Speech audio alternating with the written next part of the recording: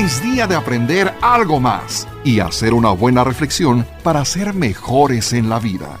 ¡Claro! Te acompaña ese amigo que te guiará en tu camino. Él es el Padre José de Jesús Aguilar Valdés, la voz amable de la radio. Esto es En tu Camino.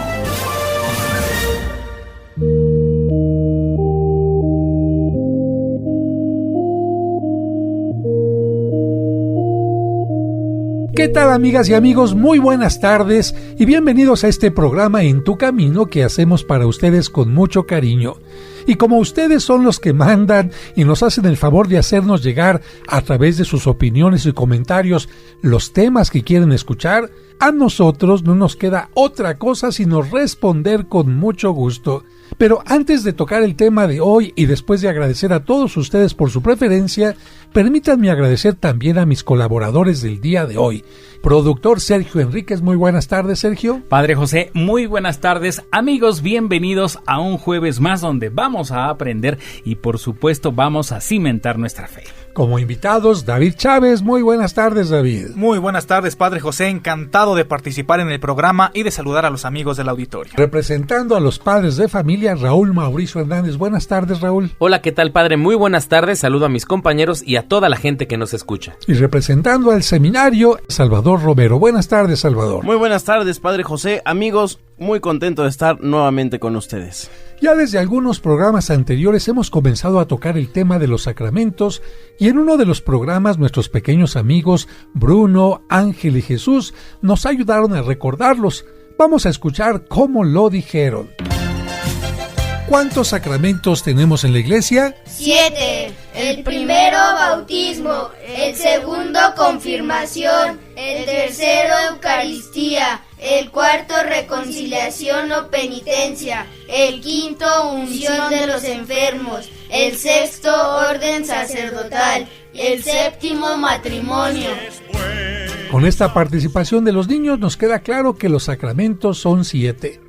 También recordamos que a los 3 primeros sacramentos, bautismo, confirmación y Eucaristía o primera comunión, se les llama sacramentos de iniciación porque son los que nos introducen a la comunidad de la iglesia y los necesitamos para ser cristianos. También ya hemos hablado del sacramento del bautismo y del significado de los signos que se usan en ese rito y comenzamos a hablar ya del sacramento de la confirmación, recordando que durante un tiempo se administraba desde adultos hasta bebitos, hasta recién nacidos, por una cuestión práctica. ¿Pero cuál era esa razón práctica? La razón es que hay sacramentos que solo el obispo puede administrar, como es el caso de la confirmación y la ordenación sacerdotal.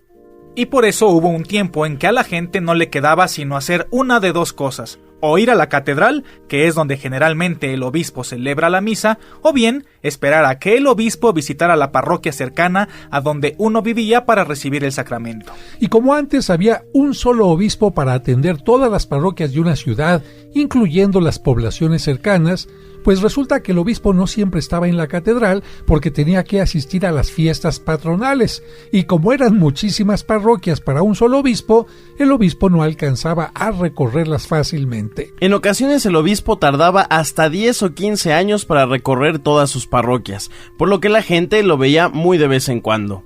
Así que cuando el obispo llegaba a una parroquia para la fiesta patronal, todo mundo aprovechaba para recibir la confirmación, desde el más ancianito hasta el recién nacido, porque nadie sabía cuándo podía regresar el señor obispo. Esto también ocasionaba un grave problema. Las confirmaciones eran tumultuarias, porque el obispo tenía que confirmar a centenares de personas, a veces incluso en grupos o tandas, porque no cabían todas en la iglesia. Los pobres obispos terminaban exhaustos y con dolor de brazo de tanto confirmar. Afortunadamente las cosas cambiaron para bien, especialmente a partir del Concilio Vaticano II, que se celebró por ahí en los años 60. En ese tiempo, y para que los obispos pudieran atender mejor a la gente, el Papa decidió ir dividiendo las arquidiócesis o diócesis en territorios más pequeños. Esto hizo que hubiera más obispos y que cada obispo tuviera menos parroquias. Entre otras cosas, esto permitiría que los obispos pudieran visitar más fácilmente sus parroquias para conocer sus problemas y necesidades y también para poder ofrecer más periódica y fácilmente el sacramento de la confirmación. Y todavía se facilitaron más las cosas cuando el Papa aceptó que los arzobispos de los territorios muy poblados, como el caso de la Arquidiócesis de México, tuvieran uno o varios obispos auxiliares para ayudarle con las visitas a las parroquias y a la administración del sacramento de la confirmación. Esos cambios permitieron que ahora los obispos puedan visitar por lo menos una vez al año cada parroquia. Y ante esta facilidad, pues ya no se vio necesario que los bebés o los niños muy pequeños tengan que recibir la confirmación, sino que, regresando a las formas más antiguas, se confirmen cuando ya tengan uso de razón. Por eso actualmente hay una preparación especial para los niños, jóvenes o adultos que se van a confirmar. Pero después de tantos años de haberse confirmado a niños pequeños, el cambio no fue fácil. Cuando se informó a la gente que ya no se iba a dar el sacramento de la confirmación a los niños, hubo un gran revuelo, y hasta hubo quienes decían que como ya se iba a acabar el mundo, ya no se iba a confirmar a nadie. Claro que estos chismes hicieron que la gente se espantara y provocaron que en las catedrales hubiera grandes aglomeraciones porque la gente pensaba que si no confirmaba a su niño, pues ya nunca lo podría confirmar. Afortunadamente, cada vez con mayor información, la gente fue comprendiendo que es mejor que los niños estén conscientes cuando reciben el sacramento, y ahora comprenden que es mejor que tengan una buena catequesis y reciban primero la confirmación y luego la primera comunión. Pero como siempre sucede, hubo quienes casi no asisten a misa o a la iglesia y no se enteraron de los cambios a favor, y como consecuencia cayeron en manos de quienes aprovecharon su ignorancia y falta de información para engañarlos y darles, como se dice, gato por liebre. Y me refiero a algunas iglesias que no son católicas, pero que engañan a la gente haciéndole creer que sí lo son y que le siguen ofreciendo el sacramento de la confirmación. Pongan mucha atención. La más conocida de estas iglesias que no están reconocidas por la Iglesia Católica y que incluso utiliza a la Virgen de Guadalupe y un falso milagro como gancho para atraer a los fieles está en las calles de Cucurpe y Soquipa en la Colonia del Parque. Otra que no es católica es la Magdalena Atlazolpa, que está entre el eje 5 y el eje 6. Otra más es la llamada Parroquia de la Misericordia, que está en la calle Bravo 35 en la Colonia Centro. Otra más es la que está en la Colonia Peñón de los Baños, en la calle de Irapuato 53, esquina con avenida Río Consulado. Así que si conocen a alguna persona que haya recibido algún sacramento en esos lugares, díganle que no tiene validez y por lo tanto sus documentos no son reconocidos por la Iglesia Católica y pueden tener problemas, especialmente cuando quieran casarse. Pero hecha esta aclaración, continuamos con nuestro tema y concretamente vamos a contestar las preguntas que frecuentemente nos hacen sobre el sacramento de la confirmación. Una pregunta es, ¿quién imparte o administra el sacramento de la confirmación? Ya lo hemos mencionado, el ministro ordinario de administrar este sacramento es el obispo. Generalmente lo hace cuando visita las parroquias o capillas en sus fiestas patronales, pero también puede hacerlo en su catedral o vicaría. El cardenal confirma todos los cuartos domingos del mes en la iglesia del Sagrario Metropolitano, que está pegadita a catedral. Para confirmarse ahí tienen que anotarse con anticipación y asistir a una semana de pláticas por la noche. Para otras ciudades pueden preguntar en su propia catedral. ¿Cuál es la edad adecuada para recibir este sacramento? Lo mejor es que la persona tenga la capacidad de entender qué va a recibir y a qué se va a comprometer. En Europa se recibe de los 12 años en adelante y la mayoría lo recibe en plena juventud, pero eso depende de cada lugar.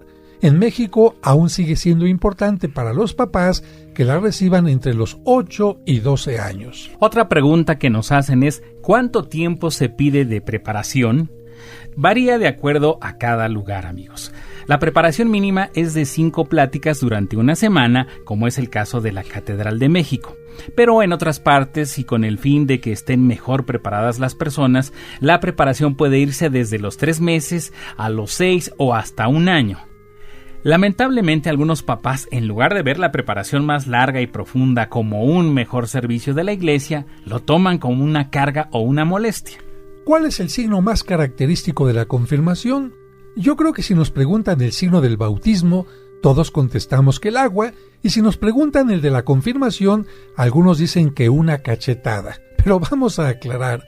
Durante la misa y concretamente después de la homilía o sermón, como mucha gente le llama, el obispo pide que todos se pongan de pie y extiende las manos mientras hace una oración de invocación al Espíritu Santo para que descienda sobre quienes se van a confirmar, y luego en forma individual, después de decir el nombre de cada confirmando, va poniendo en la frente de cada persona el santo crisma, que es un aceite de oliva perfumado y consagrado. Inmediatamente después les dice que la paz sea contigo, mientras les toca la mejilla como un saludo de paz. Vamos a un breve corte y regresamos con este tema. A los que están bautizados, 7 dones otorga en su corazón.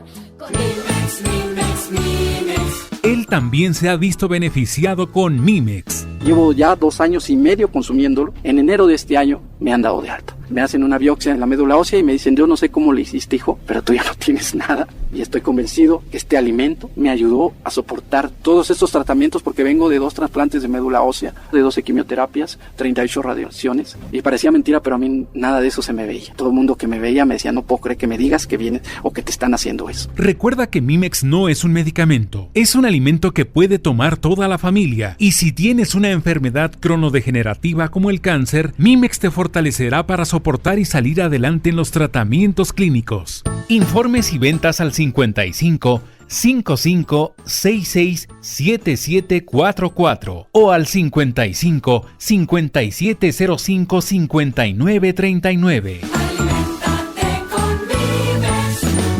Un programa para encontrar la meta. En tu camino. Estás escuchando En tu camino. Con el Padre José de Jesús Aguilar Valdés, la voz amable de la radio. A los que están bautizados, 7 dones otorga en su corazón con la confirmación. Muchas gracias por continuar con nosotros y seguimos con el tema de hoy. Otra pregunta recurrente sobre la confirmación es ¿cuántos padrinos se requieren para este sacramento? Y la respuesta es que solo se necesita uno. Como se supone que este sacramento nos ayuda a ser cristianos maduros enfrentando las dificultades y problemas de la vida, se sugiere que los padrinos sean del mismo sexo para que puedan aconsejar a sus ahijados en las cosas cotidianas de la vida. Por eso se pide que si es niño, sea un padrino, y si es niña, sea una madrina. Y si tomamos en cuenta que en el bautismo se tuvieron 2 padrinos, generalmente hombre y mujer, se sugiere que uno de ellos sea también el padrino o madrina de confirmación. Solo sería válido cambiar de padrinos si es que los de bautismo no hubieran cumplido con su misión de educadores, hubieran dado mal ejemplo o bien hubieran cambiado de religión. ¿Qué debe hacer el padrino o madrina durante la misa? Deberá sentarse junto a su ahijado o ahijada y acompañarlo durante toda la celebración, especialmente en el momento en que el obispo lo confirme. Es común que antes de la confirmación, después de la homilía o sermón, el señor obispo les pida a los padrinos que se pongan de pie y enciendan la vela del niño o niña directamente de la llama del cirio pascual o de alguna que haya sido encendida del cirio, y que luego se la entreguen a su ahijado, significando con ello que se comprometen a acercarlo a Cristo. Esto lo deben hacer cuando el obispo o el sacerdote se los indique. Ya con la vela encendida en las manos de los que se van a confirmar, el obispo les pide a los niños, papás y padrinos que renuncien al mal y que renueven su fe. Esto lo hace a través de preguntas a las que todos responden, de acuerdo al caso, sí renuncio o sí creo. Después de esto, las personas que se van a confirmar caminan en fila por turnos hacia el obispo y cuando llegan ante él, el padrino o madrina debe poner su mano derecha sobre el hombro derecho del ahijado y presentarlo ante el obispo diciendo en voz alta, le presento a, y decir solo el nombre sin apellido. Después de que el obispo pone aceite sagrado en la frente del ahijado o ahijada, le dice que la paz esté contigo, al tiempo que le da un cariño en la mejilla. En ese momento el ahijado y el padrino o madrina tienen que decir «y con tu espíritu», e inmediatamente regresan a su lugar. Otra pregunta es, ¿debe comulgar el padrino o madrina durante la confirmación? Si tomamos en cuenta que ser padrino significa dar ejemplo o testimonio de vida cristiana, es evidente y lógico que todos los padrinos deben comulgar. ¿Se debe llevar alguna ropa especial para este sacramento? No.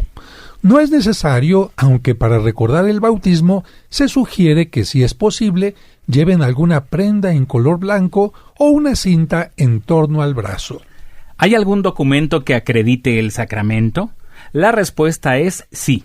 Los papás o padrinos deberán recoger inmediatamente después de la celebración la boleta de confirmación y checar que todos los datos estén correctos, ya que esta boleta será necesaria para el matrimonio o en el caso de un hombre que desee entrar al seminario o una mujer al convento también será necesaria. Estas son las preguntas que más nos han hecho sobre la confirmación y ahora vamos a profundizar en otros puntos que tienen relación con esto. En el programa anterior ya explicamos las representaciones más comunes del Espíritu Santo y también sus 7 dones, pero ustedes, queridos radioescuchas, nos han pedido que profundicemos en algunos puntos y con gusto lo hacemos en breves y sencillos fragmentos. Y para ello empezamos preguntando ¿quién es el Espíritu Santo? Desde pequeños aprendimos en el Catecismo que el Espíritu Santo es la tercera persona de la Santísima Trinidad. Y también cada 8 días durante la misa decimos en el credo que el Espíritu Santo es Señor y dador de vida, que procede del Padre y del Hijo, que con el Padre y el Hijo recibe una misma adoración y gloria y que habló por los profetas. Esto significa que para poderlo recibir como procede del Padre y del Hijo, primero debo aceptar a Dios como mi Padre y a Jesucristo como mi Señor.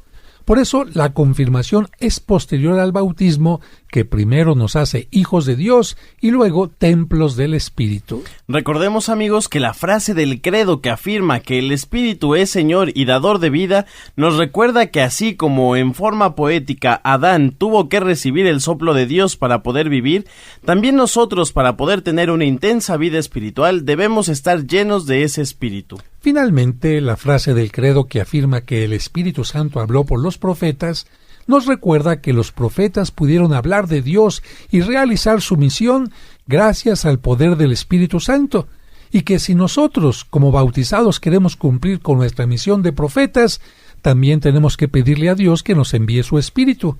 O dicho de otra manera, los profetas no hablaron en nombre propio, exponiendo sus propias ideas o intereses, sino más bien Dios habló a través de ellos, que fueron dóciles, como nosotros tenemos que ser dóciles a ese Espíritu. ¿Qué nos dice la Biblia acerca de la presencia del Espíritu Santo en el mundo? Para entender el lenguaje que utiliza la Biblia, en esto hay que recordar lo que sucede cuando hay un gran ventarrón. ¿Qué es lo que sucede? Mueve todo. Su fuerza llega incluso a arrancar árboles o a provocar grandes olas en el mar. La Biblia nos quiere decir que el Espíritu Santo sopla semejante a esos vientos porque es capaz de transformar las cosas, cambiar de rumbo a las personas, pero al mismo tiempo puede ser como un viento calmado o suave brisa que nos da paz en medio del calor. Por eso al Espíritu Santo se le relaciona frecuentemente con aire, viento, brisa e incluso un soplo. Por eso la Sagrada Escritura nos dice en forma simbólica que el Espíritu de Dios soplaba o aleteaba sobre la superficie de las aguas en los mismos principios del mundo, para que desde entonces el agua recibiera el poder de dar la vida. La Biblia también nos dice que Dios, a través de un soplo, dio vida al primer hombre formado simbólicamente de barro. Y también nos dice que el Espíritu Santo estuvo presente durante la formación y crecimiento del pueblo de Israel. ¿Cómo es esto? Pues inspirando a los patriarcas, a los profetas, a los jueces y a los reyes para que formaran y guiaran al pueblo que Dios había elegido. Con esto nos queda claro que lo que convirtió a los patriarcas, profetas, jueces y reyes en verdaderos líderes de su pueblo no fue su fuerza física, sus palabras o su conocimiento, sino el poder del Espíritu Santo que Dios les envió. Por ese Espíritu Dios los consagró como patriarcas, los consagró como jueces, como profetas o reyes, de la misma manera en que hoy nos sigue consagrando a nosotros con el bautismo y los demás sacramentos. Una pregunta interesante es, ¿qué significa la frase efusión del Espíritu Santo? Esto tiene que ver con algo que existe pero no se ve. Porque el Espíritu Santo no es como una cosa material que se vea y que pueda decirle a alguien, toma, recibe al Espíritu Santo. La palabra efusión se utiliza en forma general para indicar que algo va a ser derramado sobre algo o alguien, especialmente algo que no se puede ver, como los gases, por ejemplo. Por esta razón, como el espíritu no es visible a los ojos y se puede comparar con lo que existe, pero no se ve como un gas, se utiliza la palabra efusión para indicar que alguien lo da y alguien lo va a recibir. La Biblia habla de la efusión del Espíritu Santo, sí. La Biblia nos dice que los profetas animaron a su pueblo diciéndole que Dios daría al Mesías y al pueblo su Santo Espíritu. Algunos ejemplos los encontramos en el profeta Isaías y en el profeta Ezequiel. Isaías, refiriéndose a Cristo, escribió en el capítulo 11 de su libro: «Reposará sobre él el espíritu de Yahvé, espíritu de sabiduría e inteligencia, espíritu de consejo y fortaleza, espíritu de ciencia y temor de Yahvé». Por su parte, Ezequiel también en el capítulo 11 de su libro escribió refiriéndose al pueblo que había pecado: «Yo les daré un solo corazón y pondré en ellos un espíritu nuevo. Quitaré de su cuerpo el corazón de piedra y les daré un corazón de carne, para que caminen según mis preceptos, observen mis normas y las pongan en práctica, y así sean mi pueblo y yo sea su Dios». Lo que nos queda muy claro con estos dos ejemplos es que la presencia del Espíritu es capaz de transformar al ser humano. Hay otro texto en la Biblia que compara al Espíritu como ese aire, como ese viento que mueve las cosas, como impulsa la barca del marino o como el vapor que da velocidad y potencia a la máquina. Por eso, podemos decir que el Espíritu impulsa fuertemente a actuar. El libro de Job, en el capítulo 32, nos dice: «Pero en verdad es un soplo en el hombre. Es el Espíritu de Dios lo que hace inteligente, pues estoy lleno de palabras. Me impulsa mi soplo interior. Es en mi seno como vino sin escape que hace reventar los odres nuevos». Concretamente en este texto, Job reconoce que la inteligencia y la capacidad para expresarse le viene del Espíritu Santo. Y así como en el Antiguo Testamento se menciona que el Espíritu Santo descendió sobre los profetas, también se subraya su acción en el Nuevo Testamento. Veamos algunos ejemplos que casi todos conocen. Recordemos que Isabel y su esposo Zacarías no podían tener hijos y sin embargo Dios mostró en ellos su poder haciendo que el Espíritu Santo convirtiera a Isabel en una mujer fértil. De esta manera, ellos se convirtieron en los padres de San Juan Bautista. Por otra parte, todos sabemos que Dios envió al arcángel Gabriel a la tierra para anunciarle a la Virgen María que ella sería la elegida para ser la madre de Jesucristo. Y cuando ella mostró su aceptación dándole el sí a Dios, el Espíritu Santo descendió sobre ella para que el Hijo de Dios se encarnara en la Virgen María. Por eso no fue necesario que tuviera relaciones con José, porque el Espíritu Santo con su poder permitió que el Hijo de Dios, que ya existía desde siempre, descendiera a su seno. Vamos a un breve corte y continuaremos con este tema enseguida. A los que están bautizados, 7 dones otorga en su corazón con la confirmación. En tu camino. ¿Te gustaría viajar a Tierra Santa en abril del siguiente año y conocer los lugares donde estuvo Jesucristo? El Padre José te acompañará como guía espiritual en esta peregrinación inolvidable. La salida será el 17 de abril, así que estás muy a tiempo para pedir informes. Llama al 55 46 06 6676 o al 55 46 06 6476. Llama y aparta tu lugar en la próxima peregrinación, porque Tierra Santa te espera. Únete a nuestro grupo para conocer Tierra Santa y cuando abras la Biblia dirás: yo estuve en ese lugar.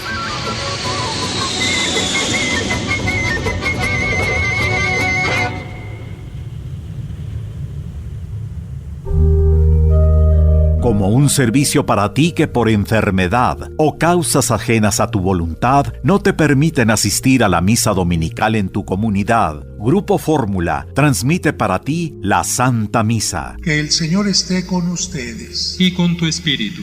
Proclamación del Santo Evangelio. La Santa Misa, todos los domingos a las 2 de la tarde por 1470 AM. En tu camino, con el Padre José de Jesús Aguilar Valdés, la voz amable de la radio.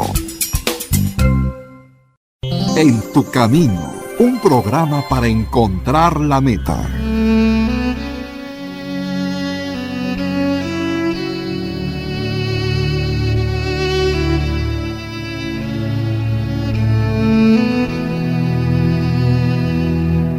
Señor, hemos llegado a la mitad de la jornada, pero aún no al final.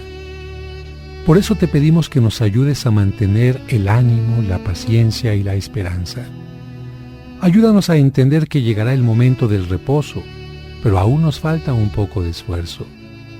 Que los padres de familia no olviden su compromiso de ser ejemplo de vida y educadores en la fe.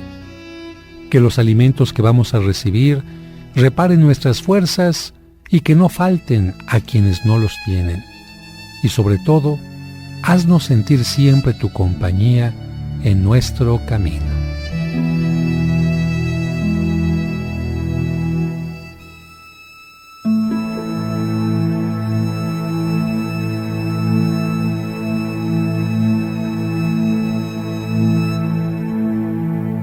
En tu camino. A los que están bautizados, 7 dones otorga en su corazón con la confirmación. Muchas gracias por continuar con nosotros en este tema del Espíritu Santo, y estábamos mencionando que hay momentos maravillosos en el Antiguo y en el Nuevo Testamento que nos hablan del Espíritu Santo, pero hay uno privilegiado en el Evangelio en el que gracias al Espíritu Santo Jesucristo puede comenzar su misión salvadora, y me refiero al momento en que Jesús es bautizado por Juan el Bautista en el río Jordán. El Evangelio de San Lucas, en el capítulo 3, nos dice que en ese momento el Espíritu Santo descendió sobre él para darle el poder y la fuerza necesaria para que pudiera cumplir con su misión.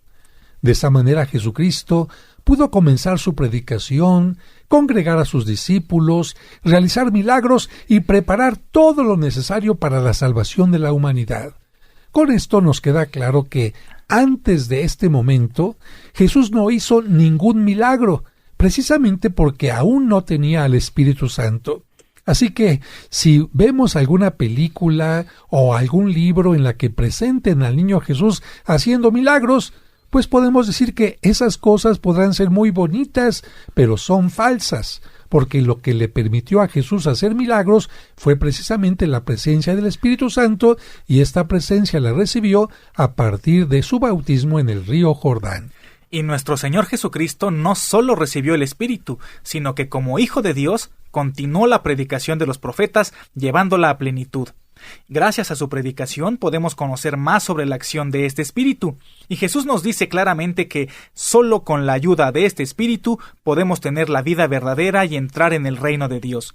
En el capítulo 3 del Evangelio de San Juan, Jesús, dirigiéndose a Nicodemo, expresó: «En verdad te digo, el que no nazca del agua y del Espíritu no puede entrar en el reino de Dios». Y en el capítulo 6 del mismo Evangelio, Jesús afirma la supremacía del Espíritu sobre la carne cuando dice: «El Espíritu es el que da vida, la carne no sirve para nada. Las palabras que les he dicho son espíritu y vida». Pero Jesús no solo habló sobre el Espíritu Santo, sino que claramente prometió a sus apóstoles que no los dejaría solos y que les daría una fuerza especial. Nos dice el libro de los Hechos de los Apóstoles que Jesús les dijo: «Recibirán la fuerza del Espíritu Santo que vendrá sobre ustedes, y serán mis testigos en Jerusalén, en toda Judea y Samaria, y hasta los confines de la tierra». Y en el capítulo 14 del Evangelio de San Juan, Jesús dice: «Yo pediré al Padre, y les daré otro Paráclito para que esté con ustedes para siempre. Y el Paráclito, el Espíritu Santo que el Padre enviará en mi nombre, les enseñará todo y les recordará todo lo que yo les he dicho». Y estoy seguro que más de alguno de nuestros radioescuchas se preguntará qué significa esa palabra rara que acabamos de escuchar, porque o no la habían escuchado antes, o porque la han escuchado pero no saben qué significa. Y en parte tienen razón, porque es una palabra que proviene del griego parácletos. Aparece solo en el Evangelio según San Juan y designa la función de estar al lado, parakaleo, Por lo tanto, indica un papel activo de apoyo como asistente, ayudante o abogado. Estos significados son mejores que el de consolador, que se derivó de una falsa etimología. Pero como se usó en versiones antiguas, la época patrística y también en la liturgia se sigue utilizando. Según San Juan, la misión de este Paráclito es vivir, morar con los discípulos después de que Jesús ascendió a los cielos para, como Él se los prometió, inculcarles internamente su enseñanza y hacerlos testigos de la obra y doctrina del Salvador. Por eso se dice que el Espíritu Santo los confirma en su misión, y por eso también se le llama al sacramento la confirmación, porque nos ayuda a poner en práctica nuestra vida de hijos de Dios, a confirmar esta vida de hijos de Dios. Por otra parte, el Espíritu Santo como Paráclito conforma a la Iglesia al garantizarle que con la ayuda de Dios no se va a equivocar, no errará el camino y también fomentará su santidad, porque el Espíritu Santo es el que la santifica. Y además este Espíritu consuela a cada alma individual de muchas maneras. Algo maravilloso que resalta el Evangelio es que el día de la resurrección, lo primero que Jesús dio a sus apóstoles fue Espíritu Santo. Así lo narra el capítulo 20 del Evangelio de San Juan. El mismo día de la resurrección, al llegar la noche, Jesús se les apareció a sus discípulos, y sopló sobre ellos y les dijo: «Reciban el Espíritu Santo. A quienes ustedes perdonen los pecados, les quedarán perdonados, y a quienes no se los perdonen, les quedarán sin perdonar». Cuando ya hemos entendido que el Espíritu Santo se ha manifestado como viento que mueve, transforma y es capaz de dar la vida, entendemos por qué Jesús sopla sobre ellos. Está repitiendo lo que Dios hizo sobre el primer hombre, Adán, para manifestar que Cristo está comenzando una nueva creación, ya no cimentada en el pecado, sino en la gracia. Pero Cristo no solo les dio el Espíritu Santo el día de su resurrección, sino que 50 días después les volvió a dar este don que se manifestó en un milagro. Pero ¿por qué ese día?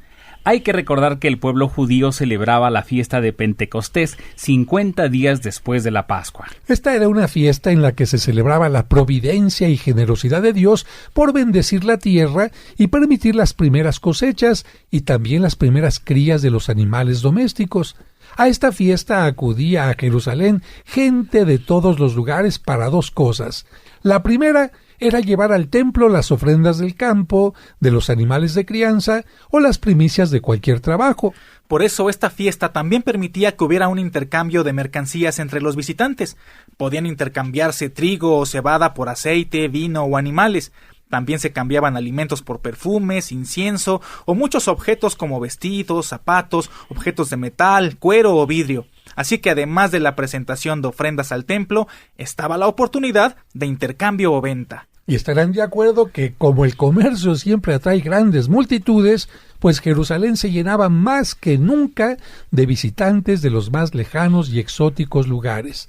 Esta era una oportunidad única para que los apóstoles se decidieran llevar a cabo la misión que Cristo les había dejado, llevar a todos los pueblos que estaban representados por aquellas personas en Jerusalén el mensaje de salvación. Habían pasado 50 días desde la resurrección de Cristo. Él mismo se les había aparecido durante 40 días para que creyeran que estaba vivo, y después de este tiempo había subido a los cielos prometiendo que les enviaría al Espíritu Santo. En ese momento, los apóstoles ya estaban seguros de que su maestro había resucitado y tenían inmensos deseos de llevar su mensaje al mundo entero, pero también tenían miedo. Tenían dudas de cuál sería la mejor forma para hacerlo, pues necesitaban la ayuda de su divino Maestro. Fue entonces cuando, de acuerdo a la promesa de Cristo, Dios hizo descender sobre ellos al Espíritu Santo y éste llenó con sus dones a la Virgen María y a los apóstoles, convirtiendo la fuerza humana en fuerza divina. Nadie podía contener ahora el deseo de Cristo de que todos los hombres se salvaran. Fue entonces que, movidos por el Espíritu, los discípulos salieron del cenáculo, donde habían celebrado una noche la última cena, y ante toda la multitud empezaron a hablar en distintas lenguas. Este milagro hizo que todos los reunidos en Jerusalén escucharan maravillados la predicación de los apóstoles. Y si en la antigua Babel el pecado había hecho que los hombres se confundieran y ya no entendieran el mismo lenguaje, ahora el Espíritu de Cristo hacía que los hombres de todo el mundo escucharan un mismo idioma, el del amor, que proviene del Espíritu Santo. Se puede decir que en aquel momento la Iglesia vio nacer a sus primeros hijos que irían aumentando en número por la fe y la predicación de los apóstoles, pero sobre todo por la fuerza del Espíritu de Dios. Es cierto, amigos, aquel día en Pentecostés nacieron los primeros hijos de la Iglesia, pero no serían los últimos, porque la Iglesia, por el poder del Espíritu, sigue llevando el mensaje de salvación a todo el mundo para que la fe se extienda y la fuerza del Espíritu llegue a todos los hombres. Nos tiene que quedar muy claro que a través de la Iglesia y los sacramentos, el Espíritu Santo sigue actuando de día en día. Todos los días actúa el Espíritu Santo en ti, en mí.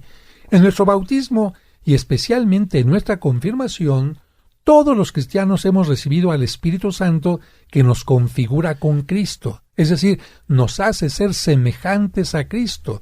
Nos ayuda a vivir como Él nos enseñó, por eso nos llamamos cristianos, seguidores de Cristo, y también nos ayuda a cumplir el mandato de Cristo de no salvarnos a nosotros mismos únicamente, sino de llevar la salvación a todo el mundo. Precisamente a eso nos comprometimos el día de nuestra confirmación.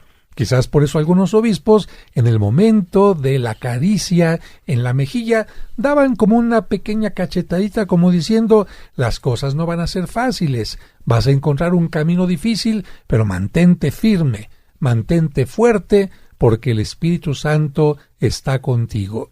Evidentemente es maravilloso que después de esta, vamos a llamarle bofetada, el obispo también te diga: la paz esté contigo, como diciendo: no te preocupes, si el Espíritu Santo está contigo, todo va a estar bien. Vamos a un breve corte y regresamos enseguida. A los que están bautizados, 7 dones otorga. Camino.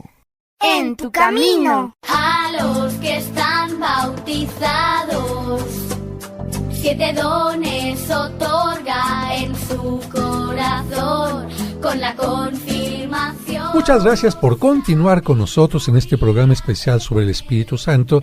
Y ahora que ya has entendido perfectamente la importancia del Espíritu Santo en Pentecostés, vas a entender por qué este canto, compuesto por Cesario Gavarain, nos dice: siempre es Pentecostés. Vamos a escucharlo. Cuando rezamos, cuando cantamos, cuando la fiesta es un celebrar gozosos el día grande Pentecostés. Cuando llevamos en nuestras manos un resplandor de luz, en nuestro pecho vive y palpita el que murió en la cruz. En nuestro pecho vive y palpita el que murió en la cruz.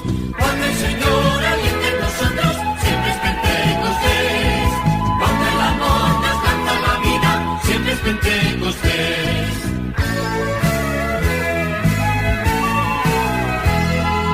Cuando queremos comprometernos en una misma fe, una tarea, un compromiso, siempre es Pentecostés. Cuando decimos sí a la iglesia con plena lucidez, soplan de nuevo vientos del cielo porque es Pentecostés. Soplan de nuevo vientos del cielo porque es Pentecostés. Cuando el Señor alienta en nosotros, siempre es Pentecostés. Cuando el amor nos lanza la vida, siempre es Pentecostés.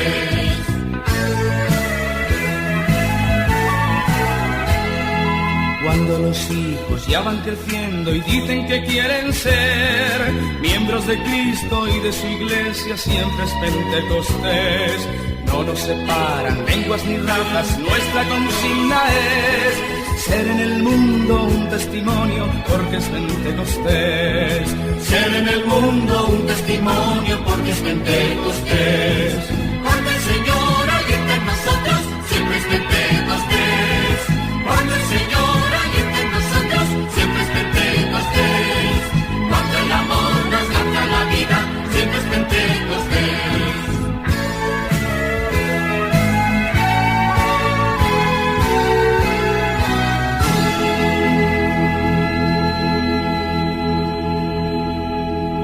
Ahí está este canto que seguramente te anima y te ayuda a descubrir esa fuerza, diría yo, esa arma que tienes oculta. Evidentemente, arma no para hacer el mal, sino un arma para difundir el amor. Porque muchas personas recibieron el sacramento de la confirmación y no saben estos dones tan maravillosos que el Espíritu Santo les da y por lo tanto no lo saben aprovechar. Les recuerdo que el profeta Isaías, uno de los grandes profetas del Antiguo Testamento, anunció que el Mesías tendría en plenitud los dones del Espíritu Santo, pero no solamente los tendría él, sino que él, como lo hemos escuchado hoy, nos prometió que también nosotros los tendríamos, porque ¿cómo me voy a parecer a Cristo si el Espíritu Santo no me ayuda a ser semejante a Cristo? Por eso el Espíritu Santo, después de la resurrección de Cristo, nos dará a nosotros espíritu de sabiduría y entendimiento, espíritu de consejo y de fortaleza, espíritu de ciencia, de piedad y de temor de Dios. Estos mismos 7 dones son los que el Espíritu Santo nos da con el fin de que nos parezcamos cada día más a Jesucristo. Así que yo creo que hemos tenido un programa redondito ayudando a cimentar nuestra fe. Voy a decir en este momento la oración al Espíritu Santo que la gente normalmente realiza para que este don del Espíritu Santo, estos dones, vayan como saliendo, poniéndose a flote y de esta manera salir adelante en la problemática que cada día nos va poniendo. Así dice la oración. Ven, Espíritu Santo, y envíanos desde el cielo tu luz para iluminarnos.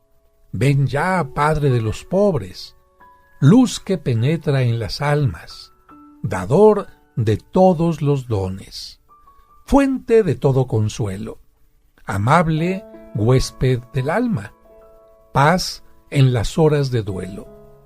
Eres pausa en el trabajo, brisa en un clima de fuego, consuelo en medio del llanto.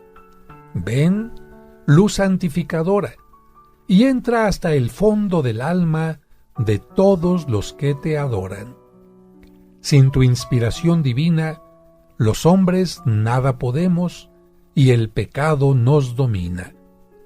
Lava nuestras inmundicias, fecunda nuestros desiertos, y cura nuestras heridas. Doblega nuestra soberbia, calienta nuestra frialdad, endereza nuestras sendas.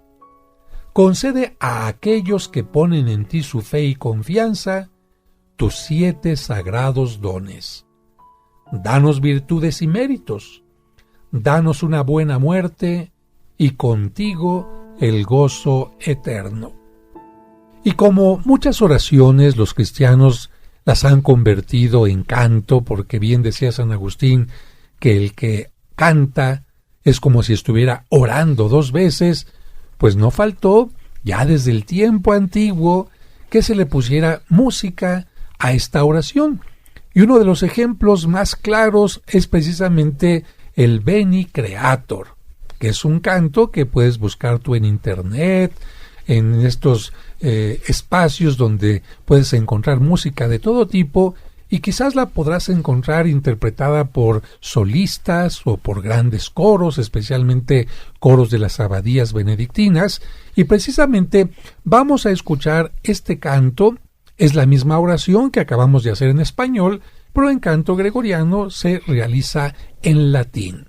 Así que vamos a despedir el programa precisamente en esta versión de un coro maravilloso en español. El Espíritu Santo y derrama desde el cielo rayos de tu luz divina. Ven, Padre de los pobres, ven, dispensador de bienes, ven, luz de los corazones,